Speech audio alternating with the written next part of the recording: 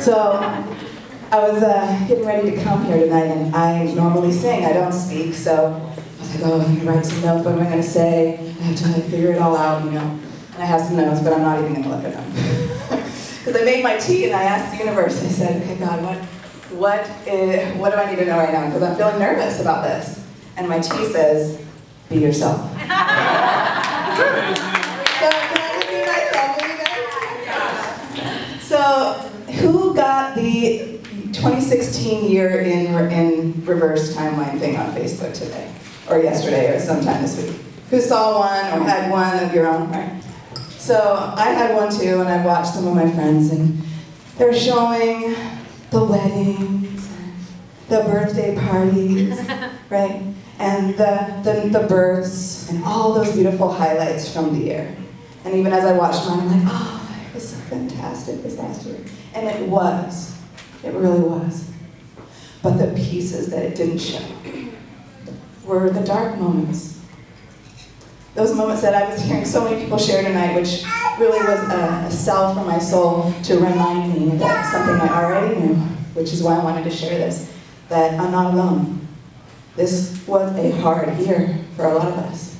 A lot of us went through the dark night of the soul. And, yeah, and so did I. And so I just want to share a little bit about my process this year around that. I started the year with an intention. This was the year I'm really gonna stretch myself. I'm going to step deeper into my calling. I'm going to expand my career. I'm going to dive into my own spiritual path, my relationships, my health, all the things, right? I'm going to stretch myself. And it was very stretching. And I embarked on self-releasing an EP. I created a team. Many of my team members are here tonight. I created a team of people to help me with all of these things. And I started planning with the help of some amazing friends, the team and Betsy and Maura who's here tonight, a huge party, the biggest event that I have ever thrown in my life. And I have been throwing some smaller events for a while, but this one's going to be 200 people, the biggest thing I've ever done. And I spent countless hours and days and weeks and months pouring my heart and soul into this experience that I was creating. Experience of love. It was actually called a love experience. Many of you were there. And I wanted it to be perfect. I wanted it to be perfect for all of the people in attendance. And as I got there, it started to unfold, and there was so much perfection in it. I was just like, it's happening. It's all happening. And then I was told by some of my team members, half of your attendees are stuck outside the gate. Half of your guests are not going to make it into this event that you just spent the last 3 to 6 months of your life creating. I was heartbroken. Which is ironic because the EP is titled Broken. And it was ironic, but it was also so perfect. Because I got to fully show up and feel fully that brokenness. And the weeks leading up to that, my team can attest, my prayer had been, let me show up at this event embodying the message that I have been receiving and I've been told that is supposed to come through.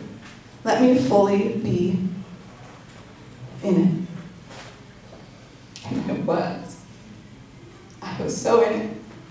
And then I got to push through it. I had an amazing team come around me and just help me make it happen. And Eve, Scott, opened up this space, and I did a performance at the other venue, and then I rallied my band and came here, and this beautiful space was available. Thank you so much, Scott.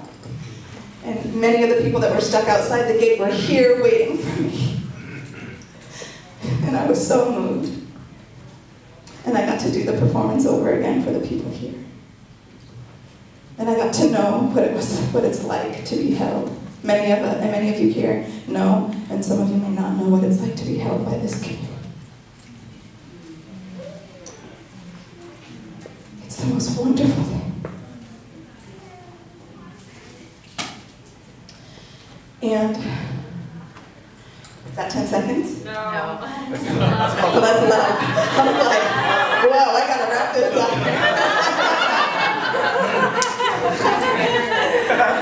Thank goodness. What is it at? Where am I at? You're good. Okay. And the weeks and months that followed for me became really dark. I heard some shares tonight around some depression, and I don't use that word lately. And I don't consider myself, most of you here that know me don't consider me a depressed person, per se. Not that there is such a thing.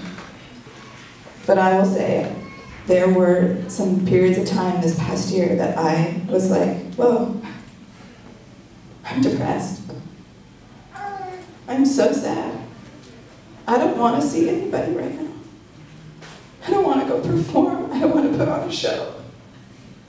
I don't want to be in a crowd of people. I just want to be with me, or just like one dear sister or a couple dear friends. I can't handle the rest of the world. Can anybody relate to that? Yes. Okay. And I examined what was underneath that. How did I get to this point? How am I feeling this way?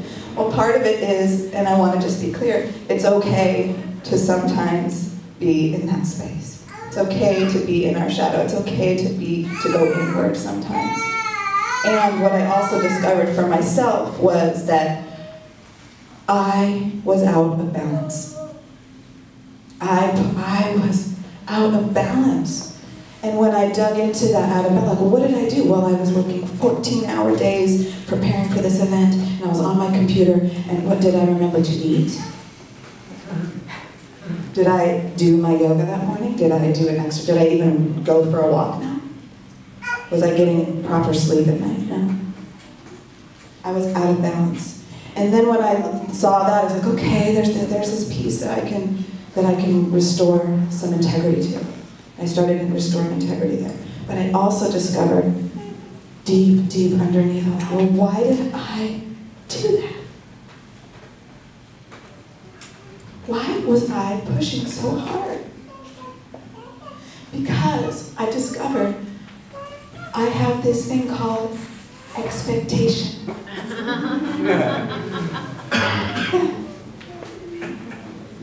My parents' expectation, society's expectation, my community's expectation, my friends, and most importantly, my expectation of myself. All the expectations I have of myself.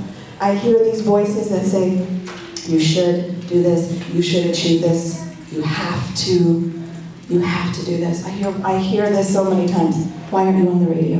Why aren't you famous yet? You should be like this person or that person.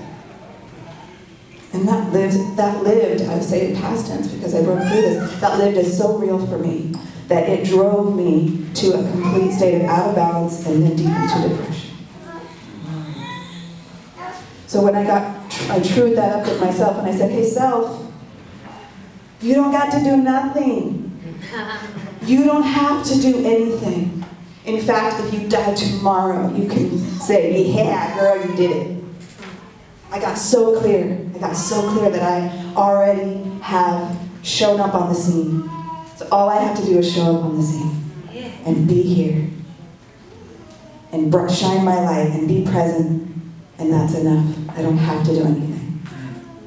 So I can be here with you, I can be on the stage, I can hold one of my nieces or nephews, and that is my purpose. I have fulfilled it. I have done it. It's done.